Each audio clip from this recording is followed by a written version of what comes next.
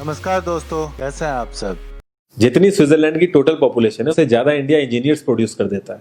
उसके बाद भी रिसर्च एंड इनोवेशन में स्विट्जरलैंड नंबर 1 पे है। इंडिपेंडेंस के बाद से रिपब्लिक ऑफ इंडिया ने 0 नोबेल लॉरियट्स प्रोड्यूस किए in science. Extreme welcome to all of you on my channel Actraiser. Every single day, I'm gonna make something great. जितनी Switzerland की टोटल पॉपुलेशन है उससे ज्यादा इंडिया इंजीनियर्स प्रोड्यूस कर देता है।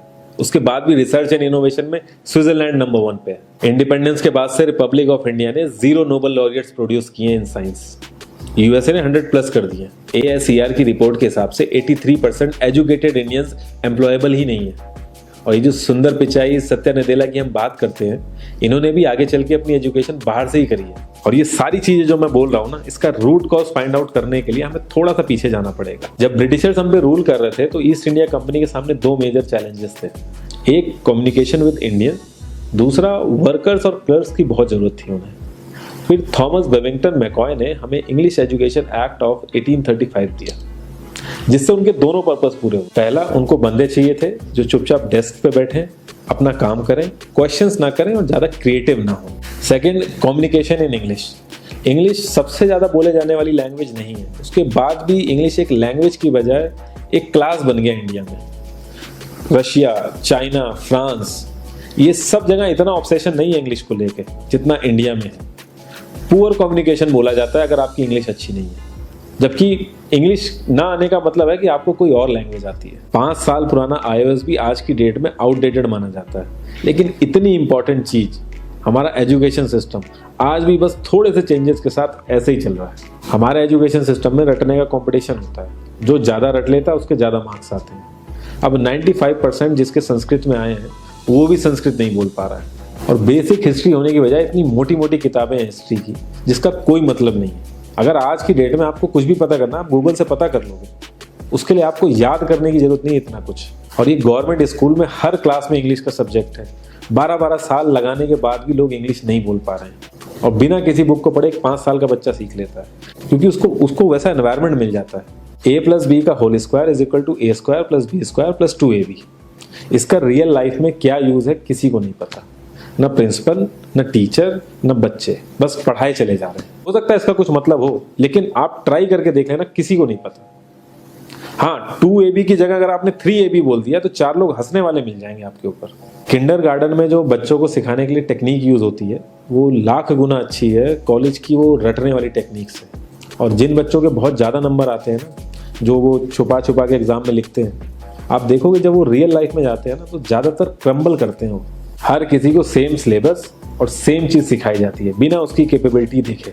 और क्रिएटिविटी का तो दूर दूर तक मतलब नहीं होता। अब एक लाइन से आप शेर, मछली, सांप, हाथी सबको लाइन से खड़ा कर दो और उनसे कहो पेड़ पे चढ़ो, उनको तो जिंदगी भर यही लगेगा ना कि वो तो किसी काबिल ही नहीं है। और द्रोणाचार्य ने भी पांडवों को उनकी स्किल सेट के हिसाब से उनको चीजें सिखाई, सबको एक ही चीज नहीं सिखा दी।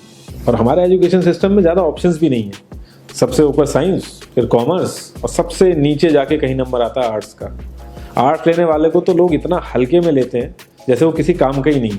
हर माँ बाप को तो इंजीनियर या डॉक्टर ही बनाना है। कॉलेज वाले अगर एक्स्ट्रा कोर्स रख भी देते हैं तो माँ बाप एंट्री नहीं कराएंगे, तो वो सारा पैसा बर्बाद होगा कॉलेज का।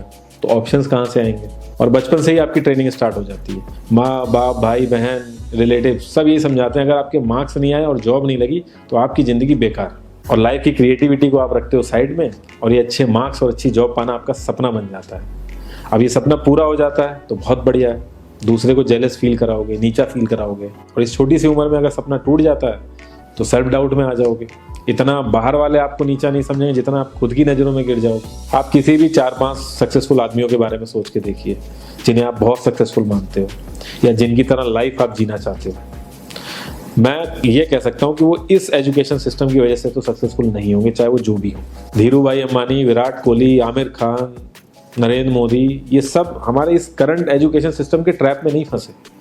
इन्होंने खुद सीखा, खुद एजुकेट हुए और खुद आगे बढ़े। किसी कंपनी के CEO को अगर ये कहा जाए कि आप अपनी कंपनी के सारे डिपार्टमेंट में इंटरव्यू दीजिए, तो कोई गारंटी नहीं है कि वो सारे डिपार्टमेंट के इंटरव्यू निकाल लेगा। और ये भी हो सकता है कि वो आधे से ज़्यादा डिपार्टमेंट के लिए क्वालिफाई ना करे एजुकेशन वाइज।